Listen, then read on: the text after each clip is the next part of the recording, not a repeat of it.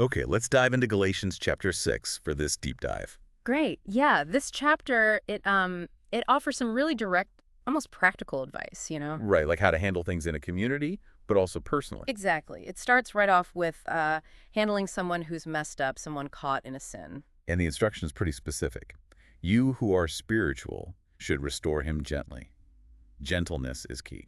But then right away there's that caution, isn't there? Watch yourself, or you also may be tempted. So it's correction, yeah, but with real humility and self-awareness, not just pointing fingers. And that links straight into the next point, this core idea for community: carry each other's burdens. Which it explicitly connects to fulfilling the law of Christ. So not just a nice suggestion. No, presented as fundamental, really central to how they should live together, helping each other through the tough stuff. Right, that shared responsibility. But then, like, almost in the next breath, it says, each one should carry his own load.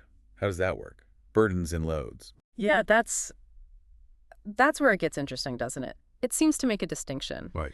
Like, burdens might be those crushing weights, the struggles too heavy for one person, things you genuinely need help with. Okay. And the load. That seems more like your own pack. Your daily responsibilities, your actions, your choices, stuff you have to own. So you can't just, like, outsource your own life. Exactly. And tied right into that is the idea to test his own actions. Look at your own stuff. Instead of comparing yourself to the person next to you, which is so easy to do. Totally. So any sort of pride or boasting comes from your own integrity, not from feeling superior to someone else. Makes sense.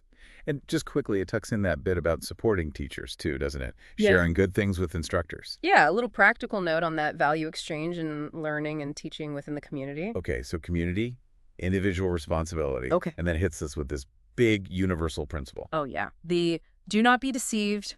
God cannot be mocked. A man reaps what he sows. That's quite the statement. It really underpins everything else, doesn't it? Like an unavoidable reality. Absolutely. Actions have consequences. Simple as that, but profound. So to your, sinful nature, get destruction. So to the spirit, get eternal life. You can't really argue with the logic there. It's presented as just how things work. And because that harvest is coming, eventually the encouragement is, don't get tired of doing good. Let us not become weary, for at the proper time we will reap a harvest if we do not give up. Keep at it. Keep sowing those good things. And where? Well, everywhere, really. Yeah. Do good to all people, it says. But with a special focus on the family of believers. Yeah.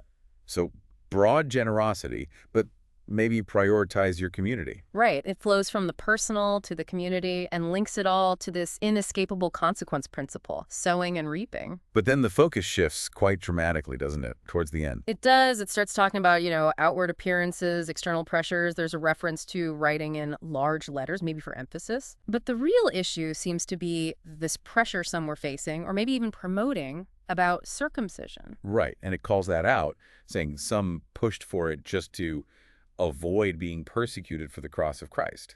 Basically, using an outward religious sign to fit in or maybe stay safe, a kind of conformity. And this is where the source just cuts right through all that. Yeah, powerfully. It says, neither circumcision nor uncircumcision means anything.